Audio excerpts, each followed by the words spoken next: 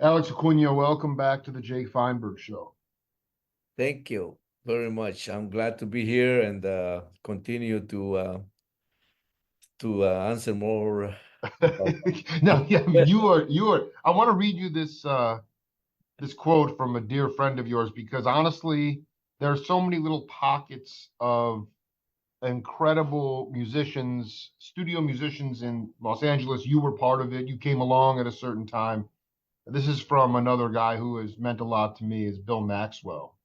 Oh yes, And I was playing at a club called the Baked Potato. We had a band that started with Alex Acuna, myself, Dean Parks and Hadley Hawkinsmith, Abraham Laboriel, Harlan Rogers, and Justo Almario on saxophone. that's right. Very popular on Monday nights. We would do two shows and people would line up around the block. Yeah. Freddie Hubbard used to come see us all the time. I didn't even know who he was. Of course, I knew who Freddie Hubbard was. I didn't know that guy was Freddie Hubbard. And then eventually, Freddie asked Bill to actually record an album with him. But, I wanted you to talk about, like, if you can go back to that time, um, how much responsibility you guys felt to bring the music to the people of the community. I mean, this was something that was very prevalent in the early 70s, live music, lots of clubs, lots of gigs. But by 1980, things were definitely changing a lot. I just wanted to know how important it was for you and the band to be able to bring music to the people at that time. Well, actually, I came to back to United States. I was living in San Juan, Puerto Rico until the 74. So I came and then I went to Las Vegas, like I told you before. And that's when Weather Report called me. And then I came to Los Angeles because Los Angeles, Hollywood especially, it was and still is the city of of recordings and groups. And I mean, everybody comes here still to Los Angeles to record because we have great engineers, great musicians, great studios, all kinds of setups, and so I came to Los Angeles in 1978, 2 years before the 80s. Just to answer your question, the 80s was for me the beginning of being in Los Angeles. Wow. And immediately, that's when I felt what I'm going to tell you is that there were, how do you say, shortage of musicians. That we did sessions even Sundays, 3 sessions, like Oh my, in 1980, that's incredible. yeah, that's when the music was really booming. I mean, the people from Europe and especially the big names, start coming over here to record and Right. everybody. We're making movies and soundtracks and see what happened. It was we did jingles almost every day. We did television programs almost every day, movies 3 4 times a week, and albums, CDs for everybody. All that happening in a week. So that's what I mean.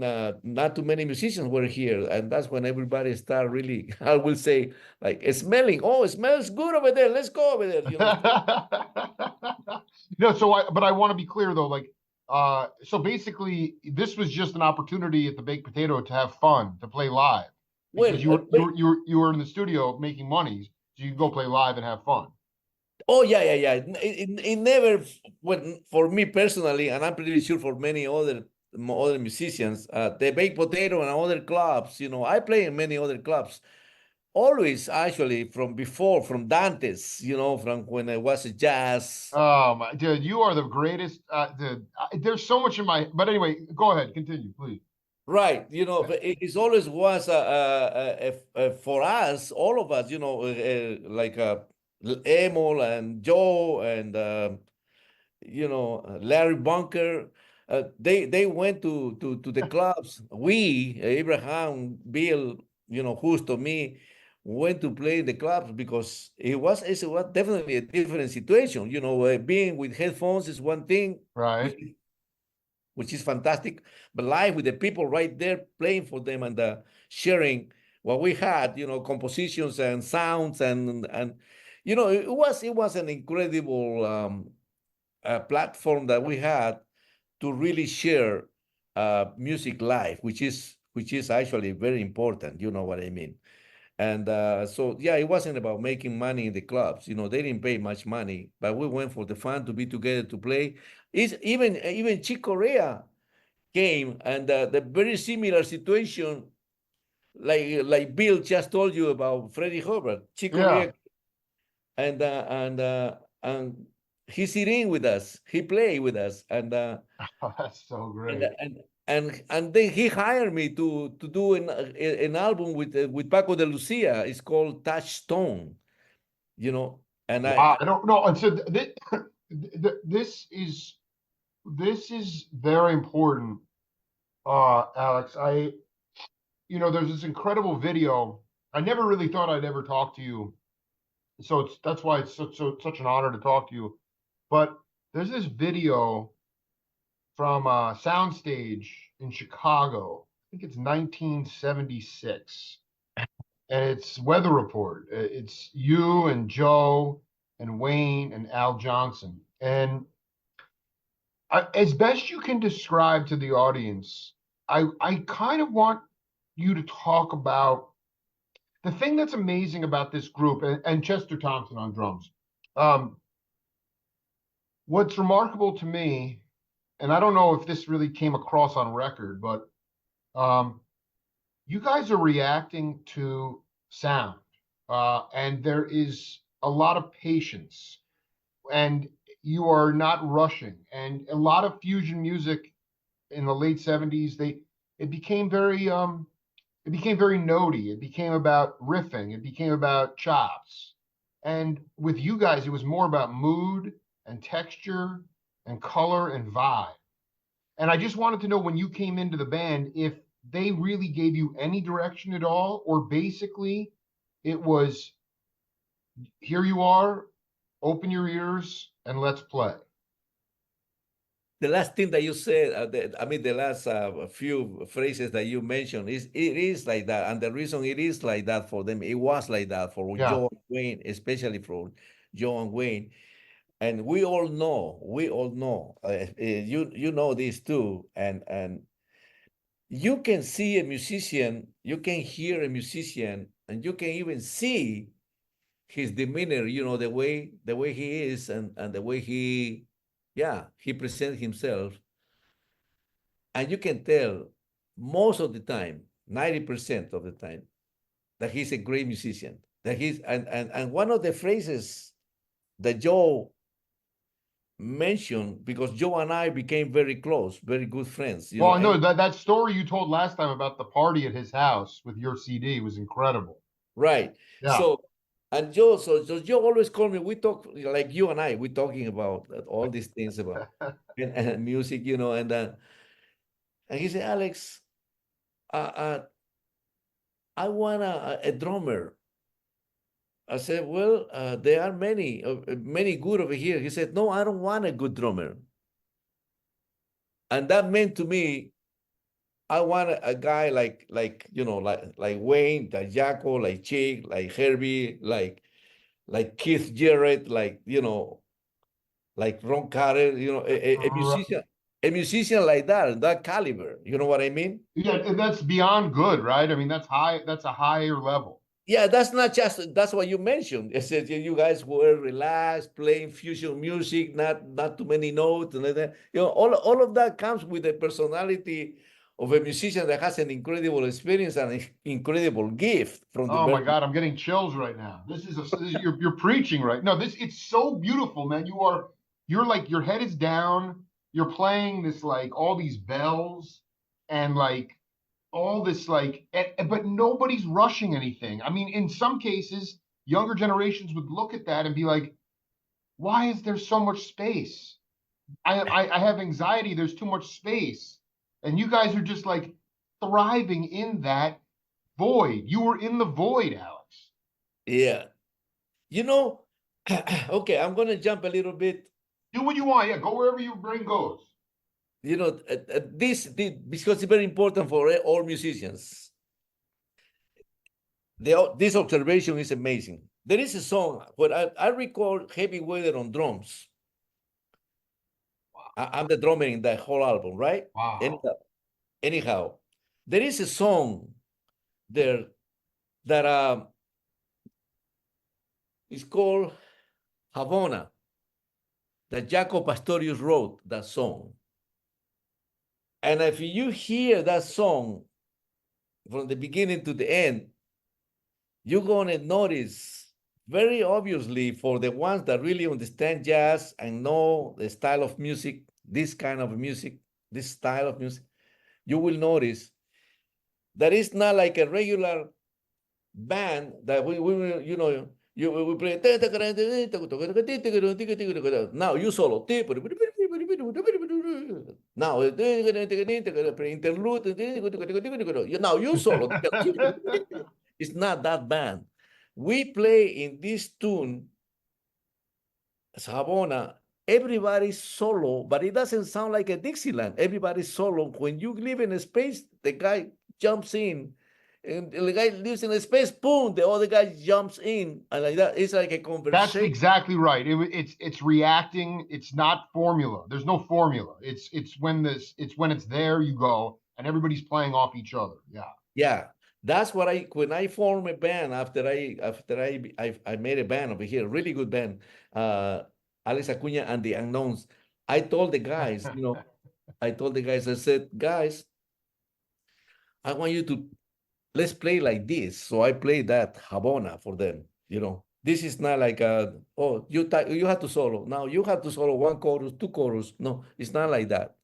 We're gonna know each other and how to really interplay with each other. You know, that kind of a situation. So that's what it is. That's what you're talking about, that kind of playing, you know, it's not it's me. It's not me, I. It's not about that, you know. In the music, it's a lot of respect, a lot of collaboration, a lot of understanding, especially sensitive to, you know, what you're saying, and appreciation, and then you developing your own comment about, you know, with your solo, what are you going to add, you know, and all of that it comes with the maturity of understanding of knowing, having a data, a musical data that you can pull anything anytime.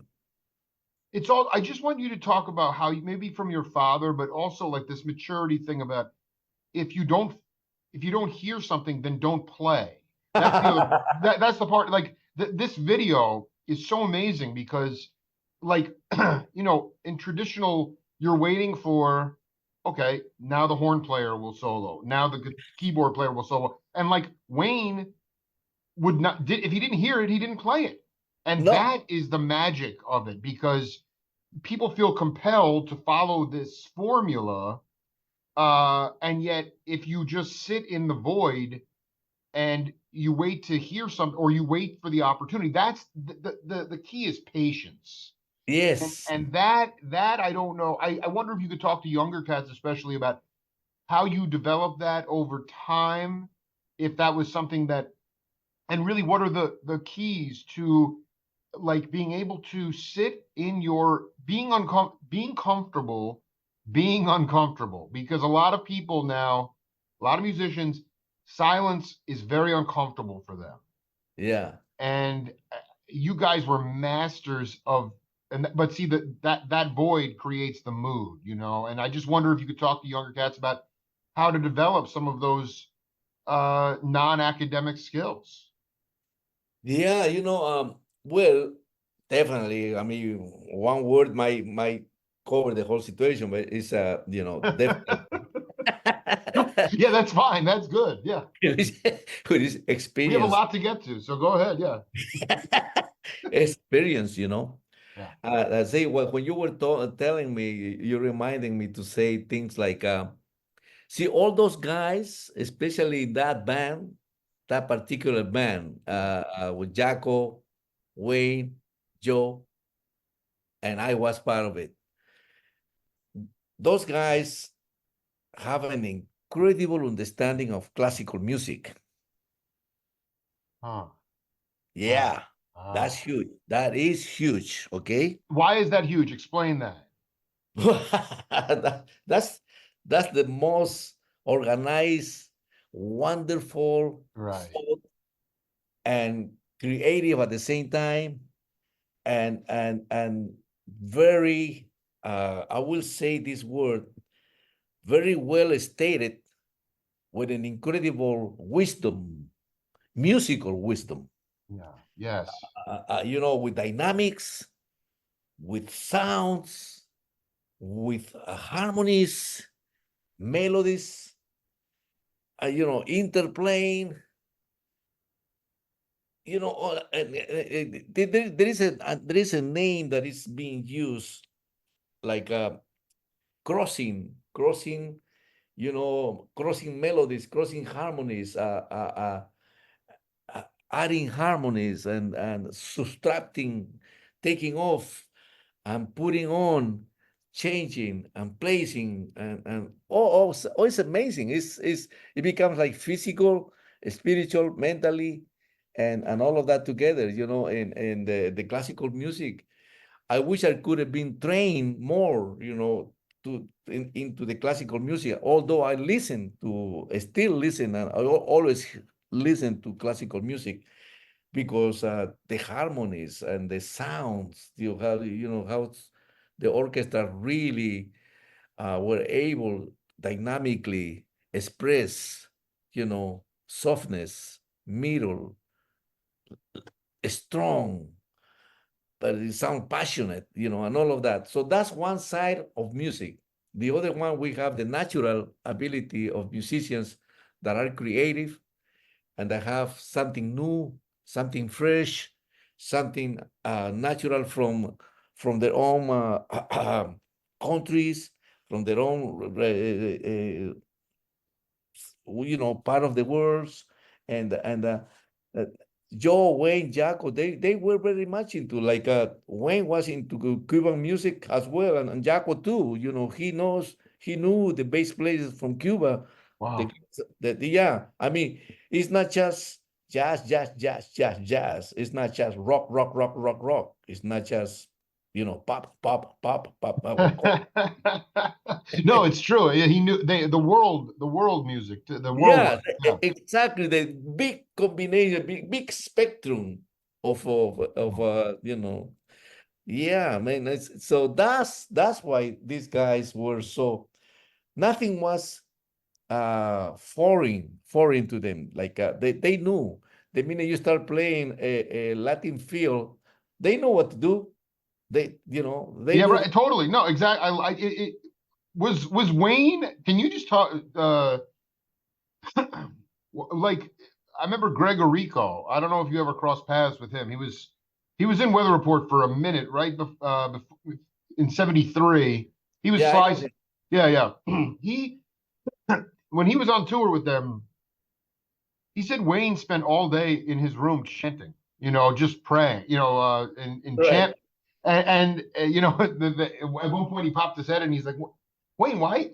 What are you doing this all for? Whatever. And he's like, waiting for that big payday, man.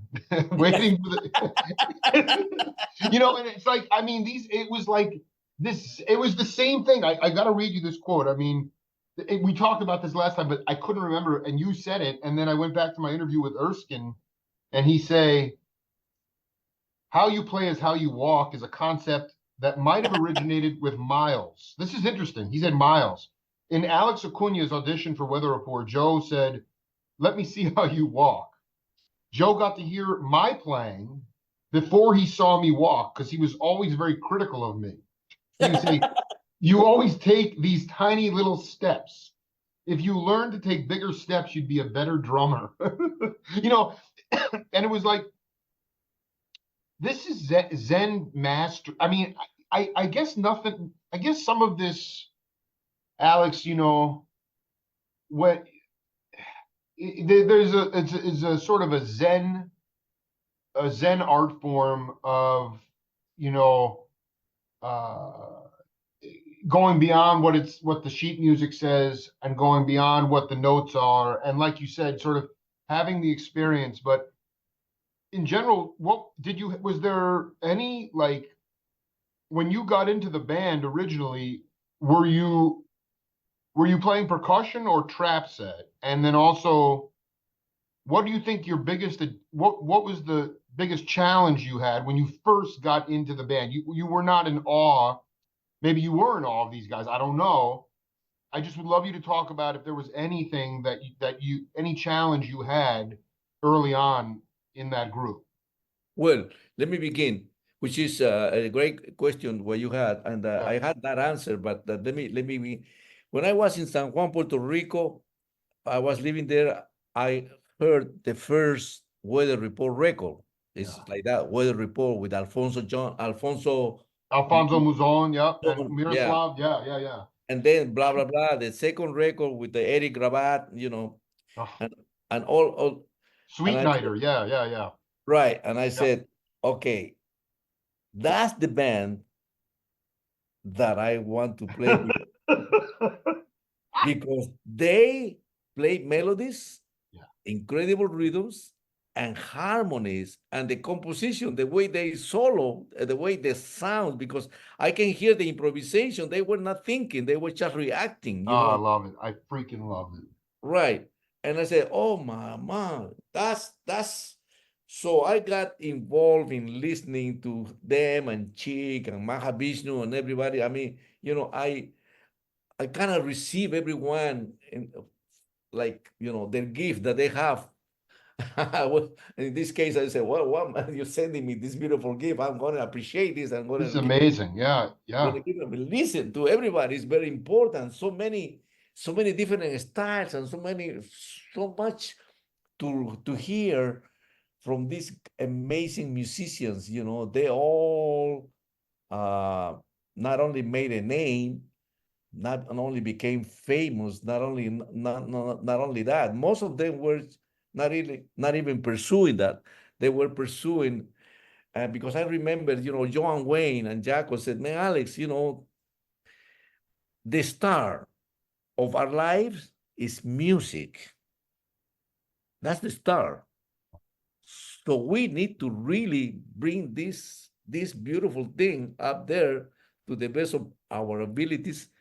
And man, and every night we perform, it was like that. It was different. It was fresh, or at least we felt, because So I'm sure it was intergalactic. I'm sure he was going to the stars, is what it was.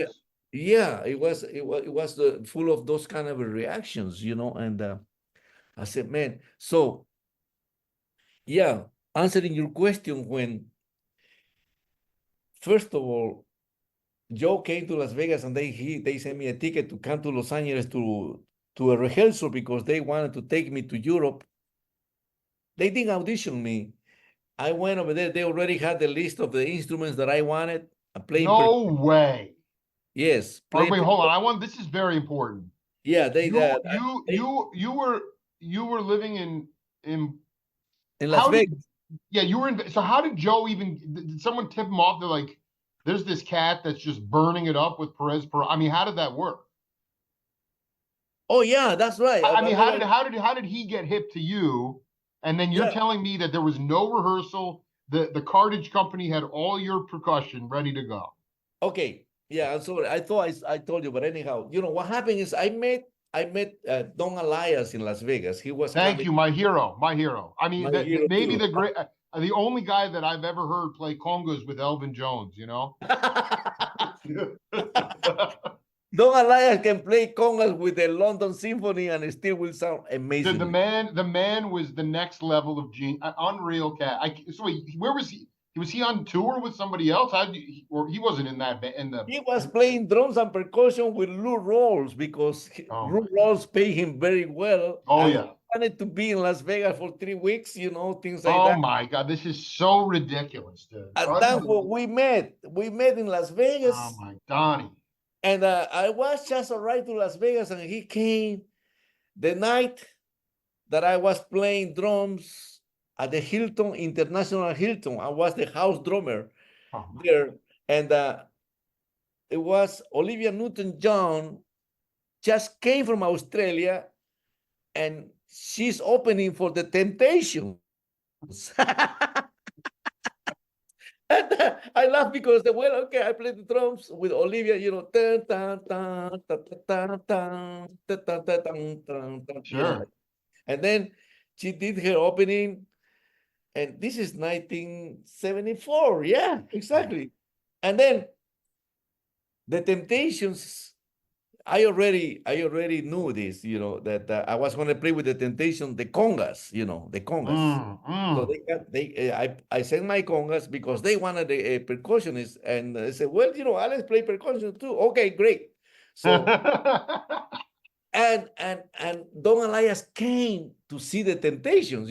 Nobody knew who was Olivia Newton-John. Just came from Australia. Right, right. 17, 19 years old. Something like that. Anyhow. And I saw Papa was a Rolling Stone. I started playing Oh my the, God. So sick. and Don Alias said, wait a second. That's the guy that was playing the drums with Olivia Newton-John and with the Temptations. He said, because he told me that, he said, there are only two guys that can do that. One is Walfredo de los Reyes Sr., and the other one is Alex Neciosoup, who lives in Puerto Rico. So he said, maybe that's Alex, because Walfredo is 6'4" and Alex is only 5'4". Oh my gosh. So he waited for me, and we became like inseparable. We're hanging, going, listening, playing. Dude, this is making my day. Dude, Don Alias' spirit is right here, right now. Yes. Yeah. Wait, hold on for a second. You're telling me when he's in the crowd, you guys had never met before, right? Is that when he see you play with the Temptations? Right. Yeah. So, but yet he already knew he already knew of you though. Yeah, he already knew of me because how did he know you in that Wilfredo and you? How did he know that already? He was very much into Latin. Of course he was listening to record, but I mean, maybe he saw you? I mean, it's amazing to me that he told me. He said, I know of you because you used to come to New York to record at RCA Victor. Oh my God. You came with Perez. With other people from Puerto Rico. Oh boy, what really? They were starting to use drums in their Latin music, and they told me, I said, there's a drummer from Peru that's living in San Juan that plays incredible Latin feel, like a Cuban, like a Puerto Rican, and also he plays great percussion. Oh my God, this is so awesome. That's the reason I went to live in Puerto Rico, because I wanted to play the Latin drumming and the Latin instruments like a Caribbean musician from the Caribbean, Absolutely. Yeah, that's right. And then there were certain acts that would come down there. You'd back them up, but actually, some acts. So were there any big name, like you would fly from Puerto Rico to New York and record? Did any of those any big name bands, or just kind of like one-off artists? No, the big name actually came to San Juan to record, and they used me. One of them was Tito Rodriguez. Oh my gosh, yes. Right. Tito Rodriguez. Wait, with Joe Cuba? all those guys, yeah, were in those. Oh my God! I mean, it was just everywhere. I can't. But so, I just want to stay with Elias for a minute. So so they told him there's this cat from Peru who can play incredible Latin feel on trap drums, and he's incredible percussionist. And that's how he knew you, and he also knew Wilfredo. And then after Temptations gig, you're swinging. Was there a trap drummer on that gig, or are you just playing percussion? Oh, no. Temptation have their own rhythm section, and everybody brought their own rhythm section. Yeah. So Absolutely. So, but then after the show, you guys you guys connect, and then you become very tight. And then and then slowly, then he told Joe about you. well, yeah. So Don Alias and I, he is the one that pulled me out of the Hilton Hotel because when we start hanging, he said, Alex, I know you didn't came back to United States to play in a show in a Right, big band. right. The way you play is not that. I know. No, he said, "Do you want to play jazz? Do you want to play what?" Because I told him why I came. I actually came to United States to play jazz. Yes, I said, yeah, okay. So we formed a band with Richie Bayrak on piano. Are Um, you kidding me? yeah, Jim Perlan, Jim Perlan on bass, and Right. oh my God, how can I forget the name of the sax player? Oh no, I know who you're. Steve Da- Grossman. David Liebman. Oh, Liebman, Perla, Yes. So Elias, and yeah, you, and Byrak. Richie Bayrak, and I said, why do you want me? Because I said we can switch. You know, you play percussion, I play drums, and then you play drums and I play percussion. I said, great. He says, this is a dream. He said, this is my dream came true. I wanted always to find somebody that I can switch because I like to play both. I said, me too. Great. Oh So my we God, started band this is for about so a month. beautiful, man. My God, I left the Hilton. I told my wife, I said, and I had already 3 kids. I said, well, we have enough money. We have a house. We have a good saving and everything. Can I just take off for a month to play with this great musician from New York? He said, of course, go ahead. You know, so, that's a cool life too. oh, yeah. And then, boom, you know, the time came over and I said, Alice, you know, the guys, they want to go back to New York. You know, we cannot stay on the West Coast, you know. And I said, well, okay, that's cool. So they left. And now I go back to Las Vegas. I have no gig. Wow. No, but I want to, before you go on, what kind of clubs were you playing? Were you playing like Shelly's Manhole, or where were you playing? Oh, no. Yeah, the concert by the sea. We played Oh, great. yeah. Yeah, we played great things. And sometimes when we were off, when that band was not playing, Don Alias and he had an apartment in Los Angeles. Don Alias and I stayed with him in his apartment. He said, hey, Alex, I know Willie Bobo, and he has a good band. Let's call him. Maybe we can play with him. Sure. And he called, and immediately Willie Bobo said, come over.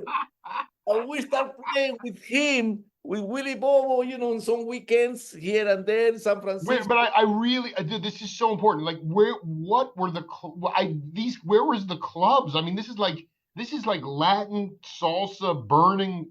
I can't imagine. Like, I got to know what clubs you were playing in Oh, with Bobo. man, but let me tell you, the reason I don't know the names of the clubs are mainly because, you know, Yeah, I didn't really put my mind into know what clubs. I yeah, just you weren't really paying attention. I mean, to me, no, this is so. I But was yeah, go ahead. I was paying attention to the cities that we Yeah, will yeah, play. You yeah, play yeah, yeah, yeah, Oakland, yeah. San Francisco, Denver, you know, Arizona, places like that. They found places for us to play where everybody plays jazz, Latin jazz, whatever, you know. And Unbelievable. the names. I mean, but Willie he had the West Coast in his pocket, you know. He must have had it locked down. I mean, that to me is, you're talking like 74. I mean, and No, this is 75. 75. Yeah, and then but you know, with Willie Bobo was once in a while. It wasn't we Yeah, were it was sure. and No, then just, what's cool. I guess maybe the better question is that were you forget the names of the clubs, but this was not this was dance music, right? I mean, people were dancing to this. This not wasn't. really. We were playing like Latin jazz. So people were really sitting down and watching. Oh, checking us out, yeah, Oh, and yeah, I yeah. cannot believe how burning. I mean, it must have been incredible. You must have had like so much percussion, so much rhythm going on. Those are the great you, Bobo, and Elias alone. I mean, that's like Hall Woo! of Fame, man.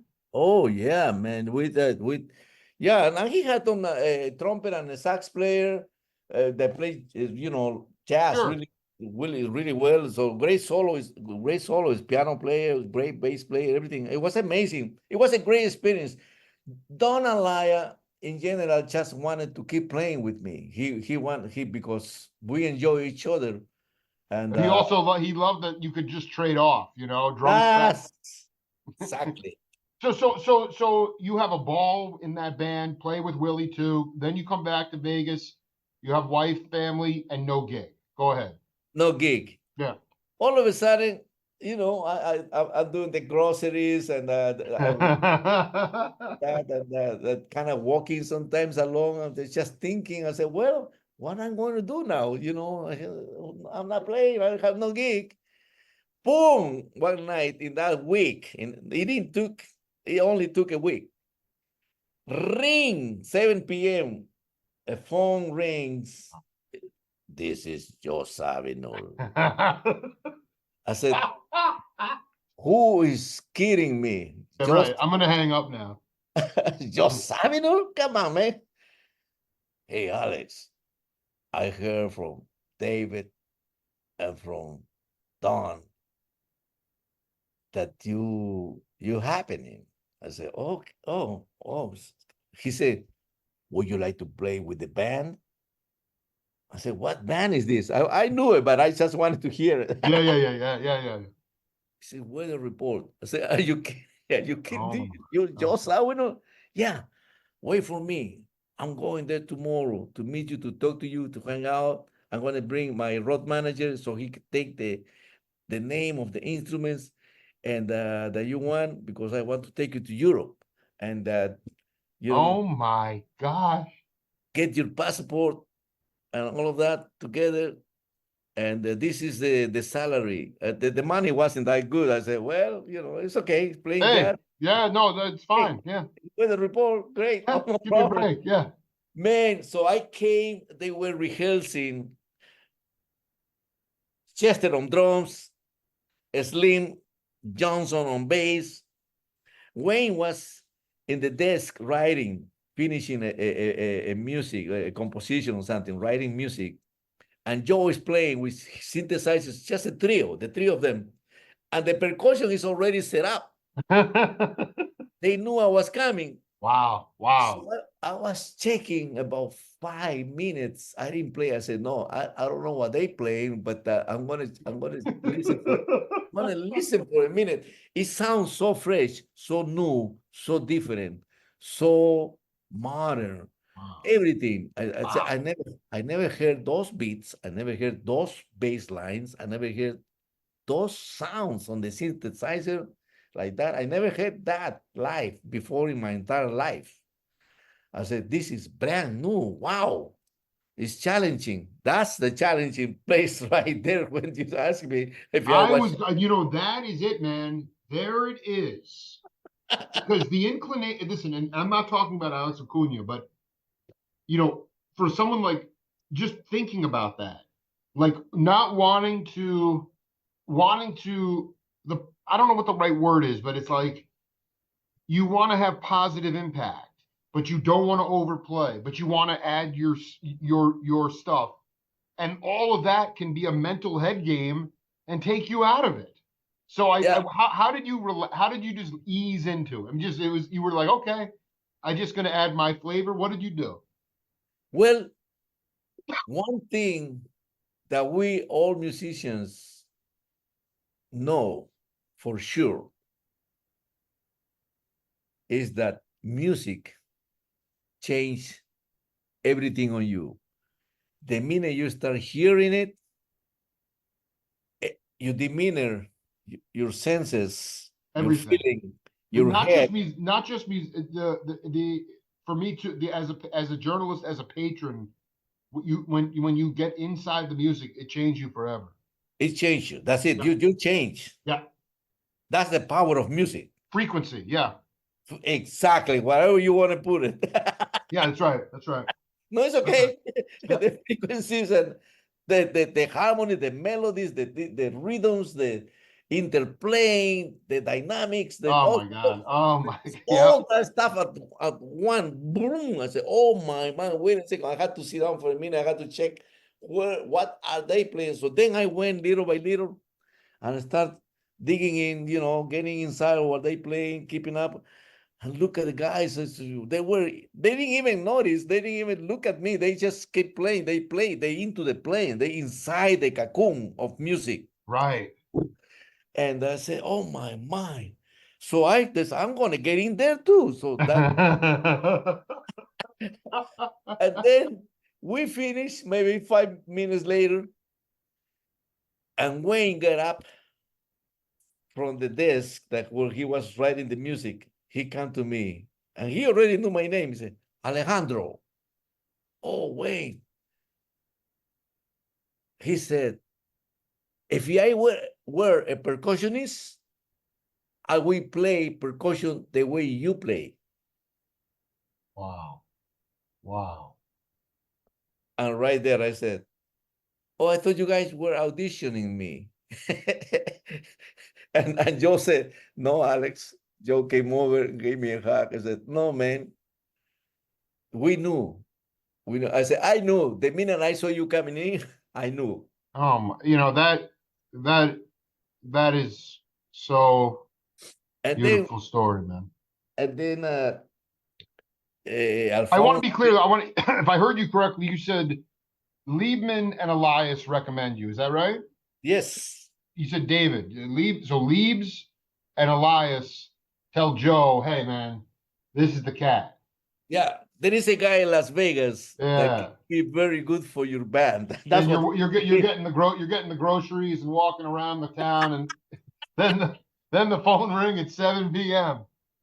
Holy cat! And so, and they did so. But did he come to you first, or you went to? He and the tour manager came to you, and then you come to Los Angeles to play with them.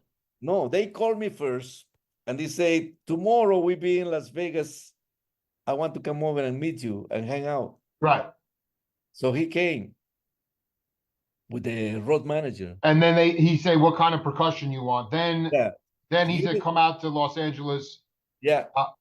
Oh, you knew you were going on tour, but yeah. You still thought it was an audition? Well, when he asked me for the instruments, definitely I said, well, you're like, how am I not auditioning for weather? This is Weather Report, man. Don't I audition for them? They want to hear me play. Right. But Joe says, you have your papers, right? Because accent and everything. I say, yeah, I have passport, I have a green card. No, okay, bring it just in case. Okay. You're right. But anyhow, that kind of a conversation, we jazz musicians, sometimes we just throw things out there, we don't. Sure. We don't, yeah. I wrote this down because when you were sitting and listening to records in San Juan, and you had early Weather Report, you had Mahavishnu with John McLaughlin and Billy Cobham, so much.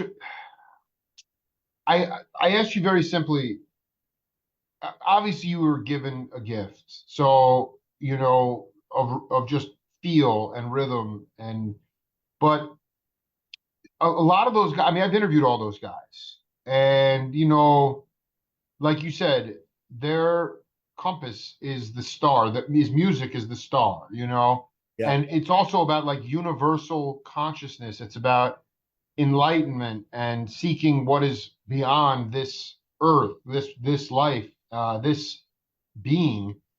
And I just asked you about, because in today's music world, and I don't want to paint with a broad brush, but things have changed so much.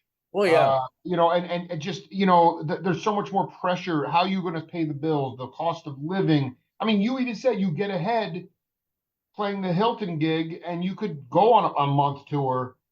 Anyway, now it's like, how did you not those guys? How were those guys inspiring to you and encourage you? Like when you listen to Mahavishnu, so many people would walk away from Mahavishnu if they were drummers. I've interviewed a lot of drummers from different types of music, and they open for them.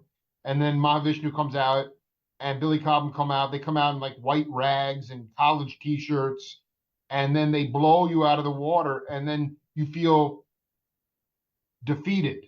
You feel like you want to quit. You know, you see somebody like that, you say, I can never be them. But yet, how did they inspire you to get better? To me, it was really amazing time because you had the most amazing musicians. You with Miroslav or Wayne or McLaughlin or Chick Corea, all the guys, and yet someone like yourself was not defeated when you heard that stuff. You just were inspired to keep growing. And I want you to talk to younger cats about, instead of being defeated, realizing that you are who you are, stay within yourself, but don't be defeated just because somebody has maybe a different type of facility than you do. Do you know what I'm saying? Oh, totally, Yeah, totally. yeah. You know what happened is, it's all these guys, all these musicians, all these great players, because they really contribute to Yeah, the art of music. yeah, Big contribution, big, huge. You know, huge. they change. They put music in a different place. Exactly what they said. Our star, the star of our life is music, and North Star, yeah, absolutely. that's what they did. That's what they did. And but going a little bit, I forgot to tell you that I was listening and at the same time thinking, because in those days there were no ways to really find out how things, you just kind of word of mouth, hear things around. How the Tony Williams got John McLaughlin from England, brought him to New York, and record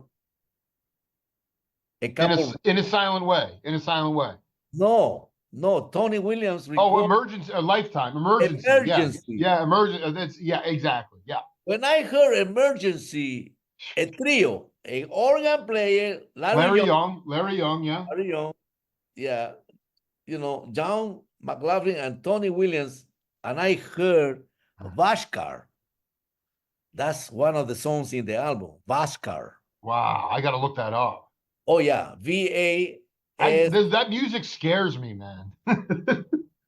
KAR, Vashkar. I heard that. I said, wait a second. This is new. Yeah. This is different. This is fresh. I'm going to memorize this. I'm going to play with this. I'm going to listen to this. I'm going to live with this for a minute, because it really changed my life. Not just the drumming, but everything. That was the interplaying right there. That was, I say, oh, now you solo. No, now I solo. It's not light. They playing from the beginning to the end. And I think Carla Bley wrote that song. Carla Bley, right? Oh my God. Are you kidding me? Yeah. Vaskar. Wait, I'm sorry. Spell Vascar? Yeah, small V, Askar, Vaskar. Wow. Okay, that's my tune of the day right there. And then I said, how did he know of John McLaughlin? I said, I never heard him before in my life, and all of a sudden he's in this big record with Tony Williams. That's how they know. They find people. They discover new talent. They find the persons that they can make music and make something, beautiful. You know what I mean? Oh my. Well, no, and let me ask you, from your perspective, because you're still in the studio a lot today, still do a lot of work. In some ways, was it easier to detect authentically amazing player at that time with less technology? Because you knew you were hearing the human rhythm, the pulse. And like, I'm sure Tony went over to Ronnie Scott's and saw McLaughlin's band, and Aha. he heard this guy who was playing uh bebop lines through rock music and this, that, and he said, this is going, and just the way Don Alias heard you. I mean, was it easier to detect authenticity? Because now there's so much, and so much of it is visual too, and Yeah. a lot of it is very mediocre. So I just wonder, in some ways, I feel like some of these things were, you know, it seems almost serendipity, but yet I almost feel in some ways it might have been easier to know the real deal when you heard it. Yeah, knowing the real deal is that undescribable sometimes Right. feeling, knowing that this guy has definitely something new to offer to the world by playing his heart out. That's how everybody's being discovered. And That's right. That's right. some of them just say, "Okay, hear me, here I am." Like Yeah, I, yeah. I am here now. I am here now. Yeah. yeah, here. I am here now, and things like that. And it's for us to really appreciate, understand first, and the appreciation come before of that come the understanding. You have to really understand what they playing, and to be able to really receive what they trying to say or what they say, not trying because they're not trying, they saying in what in what they recorded. It's amazing, man. I said, but I can I can hear the things that are of today, like we were talking about also, Yeah. young. There are some great talents. No, there's amazing. I mean, go ahead. There. I mean, even in Tucson, the younger cats. I mean, we have an embarrassment of riches here. I mean, the guys, they can play Joe Henderson, Stanley. I mean, they can play their original tunes and they play them well. There's Oh just yeah. something. It just there. I mean, we're just in this full interconnection. Whereas before, it's like a lot of it was word of mouth and a lot of more like, but anyway, go ahead. Younger cats that you work with, continue. Yeah. But let me tell you this, Yeah. and this I think is going to go parallel with everything that we're talking about. This, I asked Chick, "Do you went to Berkeley?" He said, "Yeah, for one day." And Nobody graduate Berkeley that I talked to. Nobody. right, and Yeah. then Jaco, "Do you went to Berkeley?" "Yeah, I went from the front door and then came out in the back door." Okay, and Joe Sawino, "Joe, do you went to Berkeley?" "Berkeley? Where is that?" That's California? California. Berkeley, Yeah. California. Yeah. Yeah. So, okay, that goes parallel to what those guys, they already had an incredible creative understanding, residual that they receive for years of an incredible gift of this wonderful art that we call music, that was created by God for Yeah. us to really elevate it to the base of our abilities. Now, the last thing that I'm saying is where it lays down that force, that strength, that power. You have to be able to see, okay, how I'm going to stretch this thing that I have to the max. How I'm going to, what avenues, what street I take to get there to develop. And right now, like when I mention Berkeley, it's because the younger musicians right now, they go to Berkeley and they have a lot of talent, and they learn jazz and whatever they want to learn. They came out of Berkeley playing amazingly fast techniques and modern and everything, but they, for some reason, very few of them, very few of them only can really express, expand, increase a different approach. You know, Yeah, that's right. Right. most of them they go there to get the diploma so they can go back to their country or they can go back to their city and open a school and teach and find a job and have a job, a steady job, you know, and teaching and playing maybe on weekends. But they didn't have the vision that when we were growing up inside, you know, Miles and Freddie and and you know, I hear Woody Shaw and freaking Lee yeah, Morgan, all these guys. Yeah. all those guys. Every one of them was individual. I mean, it wasn't about opening a school. It was on the bandstand. It was also about individual sound. Exactly. And I also think that, I mean, I was just transcribing an interview with this drummer, Ed Soph, who taught at North Texas. And he's like, he goes, this isn't about, he goes, when I have a student for 4 years, because going back, 80s, 90s, I want they are entrusting you to provide a foundation for their future. He's like, it's not about a bubble test. It's not about right and wrong. There is more than one, especially in music. There is more than one right answer. And in today's Yeah. education, it's like the way that it's set up, it is so restricted. Either you are right or you are wrong, or they're grading you, grading, Right. and that is not the essence of the music that we have spent a couple hours talking about. Yeah. What happened is, for example, the school is good because it will refine your talent Right. to a good way, you know, understanding, knowing what you're doing, and practicing and developing new techniques, good techniques, and all of that, which is great, you know, foundation, you know, to be that kind of a literal musician, you know. Yeah, yeah. Sure. I understand. I know what I'm doing. I know the metronomes. I know the, you know, I know the styles and blah blah. You know, but then that's education, which is great.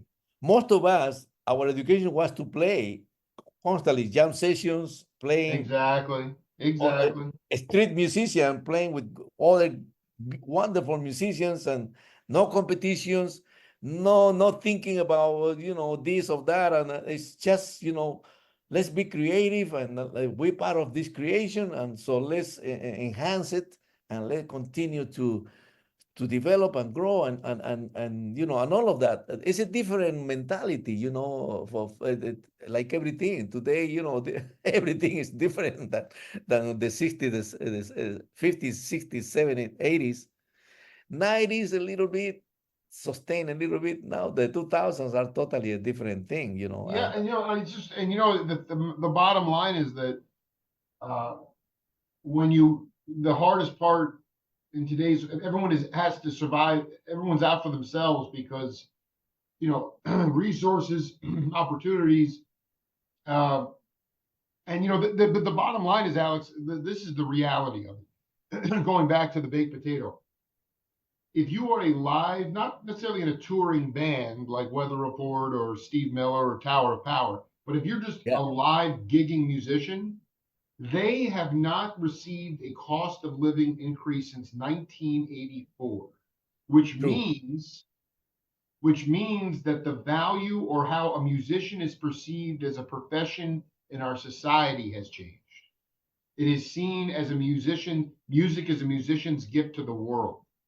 Or they can, you can play for the door or you can pay to play. Whereas, I'm sorry, but like going back to Don Alias, he and Gene Perla and Mark Levine, I mean, they're playing Latin salsa gigs in Boston in the 60s, making $180 a week, and they're able to survive. I mean, there was musician was seen as a viable profession. And Berkeley or the Schillinger House, Charlie Mariano would come off the road. He maybe was having some drug problems. He'd go to Berkeley, clean up, learn a new instrument, and then go back on the road. Yeah, It wasn't about going to get a diploma and filling in the bubble test and getting a good grade and then going back and opening a school. And again, this is just where we are, but you are so blessed that you were part of this incredible tribe, many, many people Yeah. that were able to come up at a time when music was communal and it was about it's still like that, but it's harder now. It's just much harder. No, you're right. All the explanation and every word that you said is definitely because it happened, it's still happening, and it's because it's different eras, the music industry changed a That's lot, right. Yeah, oh, huge. It was always a racket, but now it almost seems it's almost impossible now. Like unless you are completely connected to I mean, this is how I want to end set two because uh, this is a fascinating. I've never seen this record, and I cannot believe. Well, part of me when I was going to sleep last night, my eyelids are closing, and I'm thinking, what do I want to talk to Alex about? And I look up this album, and I see on Pablo Louie Bellson. Louie Bellson album, Alex Acuna on drums. Louie Bellson plays Moog drums, also plays drums, and then Wilfredo is on the out. And I'm like, this, I have never seen this album before, but I say, I wonder if Alex first meet Louie when he was with Perez Parado. How did this all come about? It's amazing, man. Well, since I was in Peru, I knew every drummer by name because I follow, I think I told you I became a professional musician, a studio musician when I was 16, 1-6. And so I had enough money to export records, to order records The of Columbia Record Club, or yeah. Yeah. No, stores over there in Lima. I became friends of the guy that owned and store. Oh my God, that must have been insane. Yeah, and he. I said, order me this record, order me this record, these players, wherever these players are, because also in those days there were. I'm talking now, 60s, very early 60s, Yeah. when there were a lot of movies like The Life of Jim Krupa, with Sal Mineo, Yeah. remember? Yeah. Yeah, things like that. And for some reason, I don't even know. I know it's God, the one that led me to go by the theater, and all of a sudden I said, what? Jim Krupa's Yeah. life? Getting Oh, this is so so amazing. Yeah. there's no coincidence for that. Seem like No coincidences. No coincidence. yeah, the Almighty knows. He said, well, this boy likes this, and he wants this, and he doesn't have any other sources, but I'm gonna guide him, and boom, no coincidence for me. I said, man, I'm watching one of the best movies ever made, for drummers. I don't know that. It's yeah, man. All I can say only one thing, and that it can be, people can receive it however, but it's the only way I know how to describe. I've been very blessed, in every ways, like we talk about meeting so many incredible musicians, the guy that created styles of music, I mean, I knew Tito Puente, I know Celia Cruz, I know Joe Zawin or Wayne Shorter, You know Mongo? Yeah, I never played with him, but I know him. Yeah. And yeah, and oh yeah, Patato, Potato. I mean, come on, man. Santana have the Yeah, other. no, the Escobedo brothers, you know them? Coke Yeah, and Pete? yeah, Oh my. I met everybody. Like I mentioned, Willie Bobo, and people don't even know who Willie Bobo is until. No. Jake Feinberg very much know because the guy that keeps coming to my head because he give he used to have to fight the club owners for equal pay for white and black musicians was Cal Jader. You know, Cal advocate for Mongo and Willie Bobo in his band because a lot of times the owners would say, no, we won't pay them as much as you. So he say, no, we all get the same amount. Amazing, because a great percussionist from Cuba that I met, Armando Peraza. Oh my God, come on, man. That's another Santana cat, but also played with George Shearing. Yeah. Right, now Yeah. you're talking. Yeah. Well, when I met Armando Peraza, he said, I heard of you, Alex, because he saw me playing with Weather Report. Oh my God, this is San so Francisco. I was classic, playing dude. drums. So when in the break, he come to me, Alex, I only have one thing to tell you. I said, please do, Armando, tell me. He says, man, keep playing with American bands, American musicians. They pay good, they treat you good, they respect you. He said, I don't play much Latin, salsa, mambo, this and that. I already did that in New York, and I didn't like it. That's why I play with George Shearing. That's when he mentioned George Shearing. I play with George Shearing and the vice player. What's his name? That you just mentioned the vibe. Oh, Santana. No, vibe. The place. And Cal Jader, yeah. Cal Jader. I play with all those guys, Alex, because they treat you well. That's right. They go to Europe. You can be known all over the world. They come and appreciate your art. But in the Latin music, it's just for dancing. People, they go get drunk, do drugs, and this and that. I said, I don't want to be in that thing. So, he knew that I was very young. He said, just keep doing what you're doing, man. Keep, Wayne, Joe, and all these guys. They're gonna really bring you over that side. That's what he told me. I know what he's saying too, because there's a lot of funny business that goes on, and so the nice thing about American, someone like George Shearing, Cal Jader, they are established. There's no funny business. You're going to get paid. Your name's going to get out there. You get treated with respect. Yeah. It wasn't, it was not perfect, but it was a lot better than some of the alternatives of playing more, your, like you said, more music of your homeland or Latin music along those lines. Like that's why, someone like, like Tito Puente, like I read Tito Rodriguez, Rene Tuzet. I mean, these guys, it's like they had a serious. They were really impressive people. I mean, to create business for themselves in America. Oh yeah, it was amazingly amazing. I mean, they were obviously incredible musicians, but like Willie Bobo to have those connections and to have the West Coast locked down like that is really remarkable, especially at that time. Because I just remember I interviewed a whole bunch of Cal Jader musicians in Cal Jader's band, and they just talk about, it was like Sinatra too. They were very much like, that's the thing about music too. There's no, I don't know if you heard, but John Mayall passed away. Oh yeah.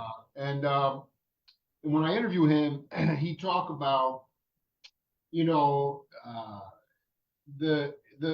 in this country, United States, there is a color bar. It's just they're for many years, white and black society were separate. There always has been color bar and so when the Blue Mitchells and the Red Holloways and all these great black musicians come to Europe, they only know them by the sound of the record. Yes. And they treat them like gods. Yes. And it's like the musicians like Blue and those guys were like, you guys treat us so good. We don't get treated like this in the United States. Exactly. And so, and then John comes over here and he does some great quote unquote fusion albums at the same time that you were joining Weather Report, and it's with Freddie Robinson and with Ernie Watts and with Victor Gaskin and Blue Mitchell and Red Holloway, and so that it's so amazing and so deep and profound Um, just how music can transcend all the stuff that has a tendency to divide human animal, you know? See, yes, you know what happened is the situation is definitely a choice also in, Yeah. but by the way, you really align my you know the things that I say in so beautiful ways, You know, man. I know. You play what I say. You know, it's fine. You know, I know how you feel. It's man beautiful and it's so great. Like geez. No, I want to just finish. We have to do. I just want to finish this set. Tell me about Louie Bellson. That was that album. I need because you played trap drum on that album.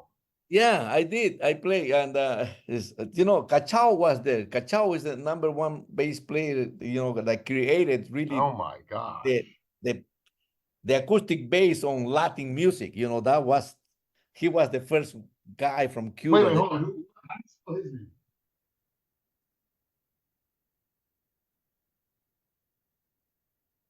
uh-huh. Wait, you say Cachao? Yeah. Because I always thought it was. I know this is a whole other story, but Al McKibben. But you say Oh, Cachao. no, no, no, no, no. Alma Cuban is here in the United States, in New Right, York. right, right, right. You're saying Cachao Cachao is is in, yeah. in Cuba, Oh my where gosh. the Latin jazz started, you know, Wow. before Tiro Puente, before Machito, before DC. Wow. Yeah, before Chano Pozo era, kind of. Yeah, Exactly, yeah, exactly. yeah. That's a Cachao. Anyhow, he was in this recording. His name is there in that recording with Louis Bellson. Uh, Also, Claire Fisher is there. Oh my dude, another Cal Jader cat. Oh, Claire Fisher, man. Oh, Yo, by the way, I Jesus. don't know if I don't know how well you know. I mean, I'm sure you are friends with Jim Keltner. He's a good friend of mine. He doesn't like to listen to these records, but if you go back to the late '60s, there's Jim Keltner playing post bop jazz with Claire Fisher on record, Amazing. Yes, and yes. Gary Foster, and he doesn't like to listen to it, but I just like listening to Jim Keltner trying to play like Philly Joe Jones, you know? Amazing, Yeah, amazing. I know, I know. that's how powerful that music was. Anyway, so Well, Belson always wanted to make this kind of record. I mean, I was like, this is I don't even ever seen this record before. I tell you, we met in Las Vegas. Walfredo Senior was living already in Las Vegas when I came to Las Vegas, and I said, Alex, Rick Belson is in town this week. We're gonna jam in my house. Come over. So I went. His garage, many drum sets, congas, everything. And then I said, I have Don Alias, bring him over. I have Luis Conte, bring him over. So we all went, and Luis, he didn't get inhibited or nervous or anything like that, but he was very honest. He said, guys, how can I play with you guys? You playing all these Cuban rhythms and Yeah, yeah. the amazing, so super. Mm. I said, Luis, you play Cuban music from the day you start playing the drums. I did. Oh yeah, I said, I've been listening to all the stuff that you play. I said, the symbol that you play is like the cowbell. Tun, tiki, tun, tiki, tun, tiki, tun, tiki, tun, tiki, tun, tiki, tun. That's the cowbell. Oh, wow. Yeah, and the phrases that you play, the syncopations that you play, they sound like a timbale solo. So just play what you play with us. Yeah, don't make it more complicated than it needs to be. You adding your place, yeah. He said, yeah, you play your roles, you play the Right. we're gonna make a bottom rhythm for you, and you're gonna start solo on top of us. Okay, so that's how we began. You know,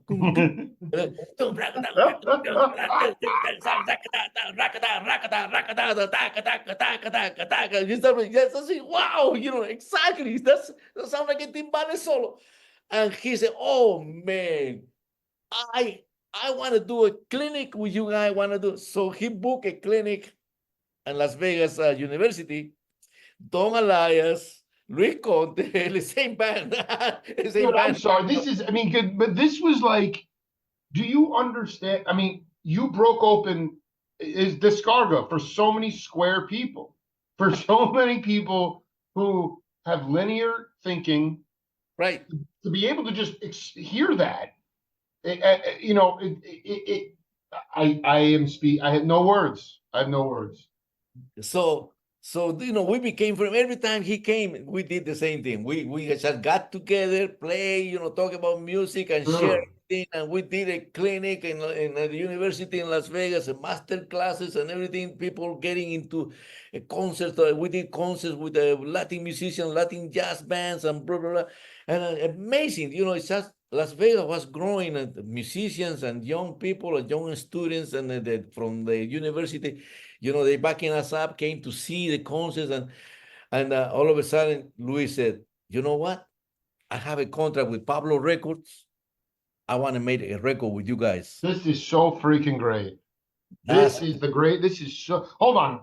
This was, I just want to be clear because you were already with Weather Report when that out, at least in '77. That were you yeah, still when you were off the road? You were living in Vegas still? yeah. Okay, I, so I this is moved, unbelievable. Yeah. yeah, I moved to Los Angeles 1978.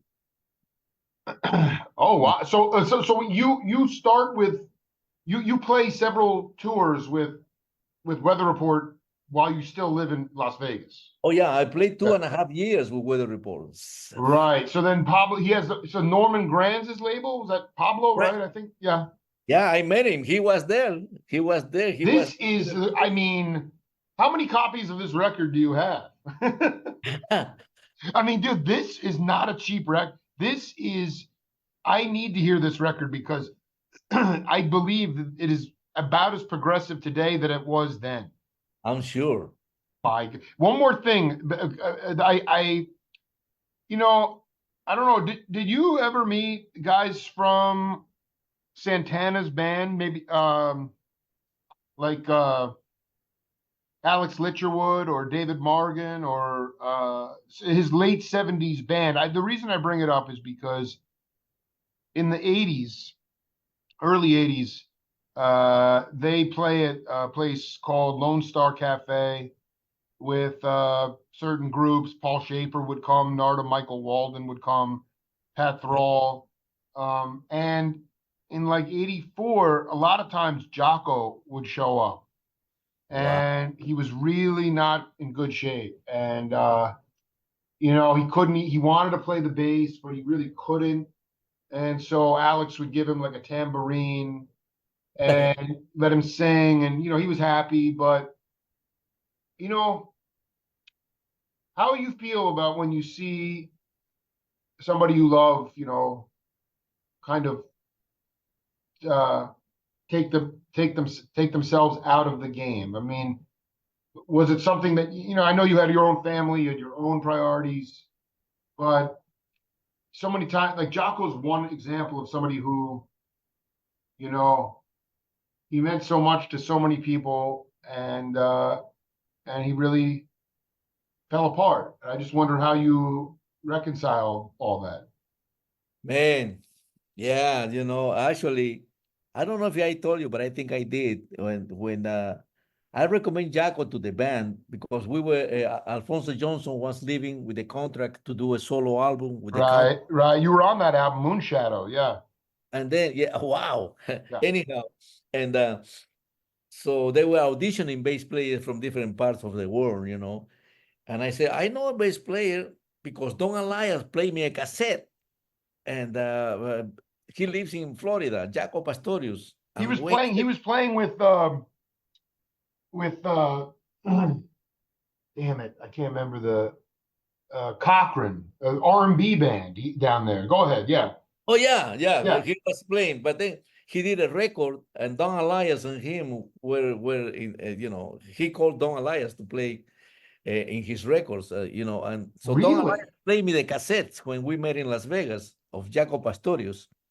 So I said, yeah, I want to call Don Alias and call him over So anyhow, I call, hey, Jaco, Joe Sawinul wants you to come over and play in the band. Ah, okay. And you know, they make the And so business. you got Jaco in the band. Yeah, I got Jaco in the That band. is so Amazing. wow. Yeah, yeah. Wow. And Joe said, yeah, tell Don Alias to come over also. So he come over and you know. So anyhow, the first record that Jaco Don Alias played with Weather Report, I mean, the in that time, excuse me, that's Black Market.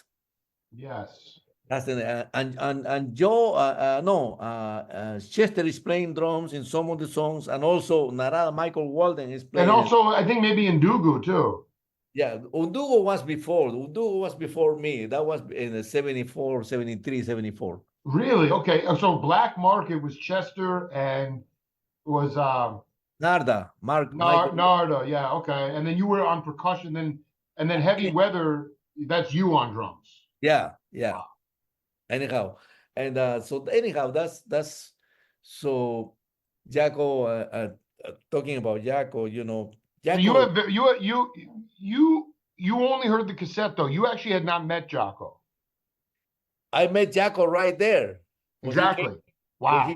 when he came to record with the Weather Report, Wow. and I came from Las Vegas. I still was living in Las Vegas. That's 1976, and he came from Fort Lauderdale, and Weather Report didn't have enough money to put us in a different room, so we were roommates, Jaco and I, and that's how Jaco saw me play that I can play drums.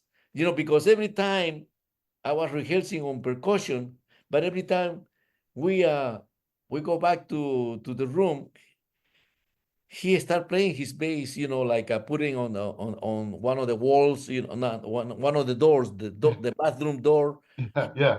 you know, because it's an electric bass, and I got my brushes and playing the table, and we play all the songs that Wayne Shorter wrote for Miles, you know, Oh my God, dude. you No know, way, dude. Pinocchio, all that stuff, and Jaco said, "Hey man, you play drums, right?" I said, "Yeah." Okay, tomorrow you and I go early and just play what we're playing right now, drums. I said, but those are Chester drums. I don't want to touch. No, Right, no, right, right. it's okay. So, no, okay. So we went 9 o'clock in the morning, and Joe comes about 10 early. Also, the rehearsal was supposed to be at noon, and and Joe says, "Who's playing drums?" Because you know Chester is taller than me, his cymbals and his toms and everything. I was Right, behind, right, right. Yeah. and so Alex, I didn't know you play drums. Bring your drums and percussion. We have two drummers and a percussion and everything. And Jaco said, no, no, no, no. Joe, I want Alex to play the drums. And Joe said, well, why? The style that Chester is a great player and amazing, but that style, I don't play that style of that style. You know, Billy Cobham style, I don't play that style. And what Alex play, that's the style. It's Tony Williams stuff. That's the style. That's the style that I want to play. Right, right. It was a more like because like Chester was like a groove, Rocky, heavy Rocky. groove. You are more like complete fusion, Yeah, world fusion drummer. right, right. And so that's how you know, Jaco brought me to play the drums. I said, well, okay, I want to play the drums. And they told Chester, and Chester said, okay. But then Chester went to Genesis, you know, Yeah. incredible gig. Anyhow, that's how we met Jaco. But then Jaco was super clean, jogging every day, swimming every day, eating healthy, no drugs, no alcohol, no women, no nothing. And I was the opposite. and he one day he said, Alex, man, come on, you have a beautiful family. Because I already told him, come on, man, stop doing that stuff. I said, yeah, you're right. But we became very close. He used to come to my house in Las Vegas, and we hung out for 3, 4 days. Then I used to take my family to his house in Fort Lauderdale, Wow. and we play, swim. The kids became very good friends and everything. Amazing, the life that we had. But then he twists his life, took a different direction, and I said, okay, we went on the road in Europe, and I said, that's not the Jaco that I know. I said, Right. what happened? So I talked to him, and he came 6 o'clock in the morning to my room crying. Say, Alex, I'm sorry, man, but my life is changing. I said, why? I don't know, all this fame, all these people writing, calling me names, that I'm the newest Paganini of the bass and things like they go into my head, and I don't like it. So I don't know how to deal with this. So I start drinking and I start doing drugs. I said, oh man, Jaco, man, he was crying. He told me other things, all those spiritual things. And I said, oh man. But then I stay in the band. We did the record, and the things start growing. His side start growing to that side. The ego. One day, Stanley Clark came over to visit us, or maybe he was recording the next door. No, rehearsing the next door. Stanley Clark. I said, "Hey, Stanley, Jaco? Hey, Jaco." And Jaco didn't say hi or anything. He said to Stanley, "I'm a redneck." When I heard that, I said, okay, this is going to a different address. I don't want to be involved. Wow. I love Jaco. I'm going to do a tour. I'm going to promote this album. But after this, because it started getting really, it's like I had to go with Jaco every night just to protect him, for I him not know. to Well, so he, perform. I'm sorry, he was, he sort of said kind of a racist thing to Stanley Clark. Is that right? Exactly, Yeah. maybe. Yeah. He was really off his rock. He really lost his shit. He lost it. Yeah. Yeah. So anyhow, I said, So but every night on the tour, you had to like look out for him. yeah, I will Uh, have to look out for him. I said, because I love him, and but anyhow, it starts just getting worse and worse and worse and worse, and really bad. I mean, bad, bad, bad, bad. But they didn't know that he had the sickness. It's bipolar. interesting. Very dangerous. Yeah. Very dangerous, exactly. And that's when I told the band, I said, I'm sorry, I had to lead band. I have a family. I'm gonna stay home here in Los Angeles, gonna get into the sessions, studio musician. And Joe laughed at me. You want to be studio musician? I said, well, yeah, I've been getting calls to do recordings. Man, Alex, you're not playing with the band. I said, you know what? I really have nothing else to offer to the band right now. I'm playing the same beats. I'm playing the same style. All right. You guys are writing new music, and I'm not. I'm not putting any new thing because you need other players. And that's when I left, and I got Peter Peter. Risk. Yeah, Peter Erskine came to the band. But yeah, But anyhow, I always kept. No, I love that you actually got out your timing. That's the other part of. Hey, Alex, do you think? I think we have one more. Can we do one more session? Sure, please. Can maybe? Are you going to be around? We same time next weekend? No, I'm next weekend. I'm going to Italy. Hey, nice. I'm coming back a week later on the 12th, on the 11th. There is also a Sunday, but I think I Yeah, come. let's do. Oh, okay, 18th. I'm not here. Let's do. How about 25th? Yeah, I'm around.